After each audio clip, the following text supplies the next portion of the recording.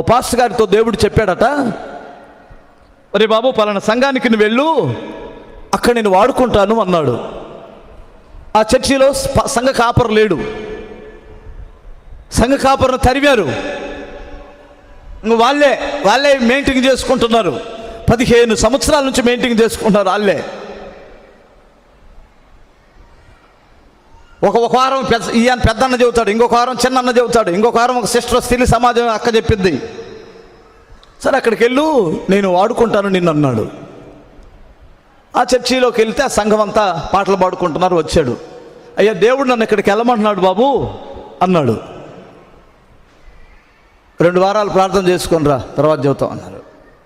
వెళ్ళిపోయాడు.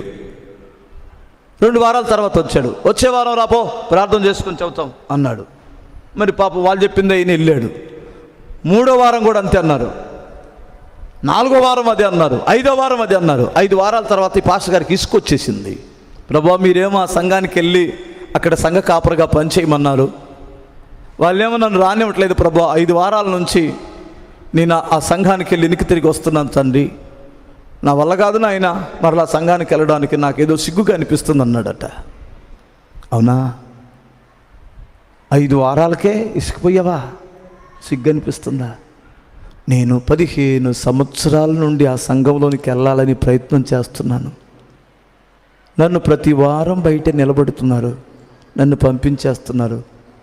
ఒకరోజు ఈ ఇంటి పేరటోడు సంఘ పెద్ద మాట్లాడతాడు, రేపొద్దున ఆ ఇంటి పేరలో ఉన్న సంఘ పెద్ద మాట్లాడతాడు. ఒక వారం స్త్రీల సమాజం వారు మాట్లాడతారు. వాళ్ళ ఇష్టానుసారంగా వాళ్ళే మాట్లాడుకుంటున్నారు. నన్ను చేర్చుకోండి రా అని 15 సంవత్సరాల నుండి వెళ్తున్నాను వస్తున్నాను రా, నాకు ఇసుకులే రాలా, 5 వారాలకే నీకు ఇసుకుపోతే ఎలా నా కుమారుడా అన్నాడట. వెంటనే దైవజనుడు మోకరించి ఏడ్చేశాడు, ప్రభువా సంఘ కాపరికి ఇలువ లేదు, ఇక్కడ కాపరిని లోపలికి రానివ్వట్లేదు అనుకున్నాను, కానీ దేవుణ్ణే లోపలికి రానివ్వట్లేదని దేవుడి ద్వారా నాకు కన్నులు తెరిపించారు, మీ ద్వారా నాకు కన్నులు తెరిపించారు నాయన. సంఘ కాపరి లేడనుకున్నాం కానీ దేవుడే లేడనే సంగతి తెలియలేదు ప్రభువా, నన్ను క్షమించు, వారు చేర్చుకునేంతవరకు నేను వెళ్తానే ఉంటాను అన్నాడట. స్తోత్రం చెప్పాలి.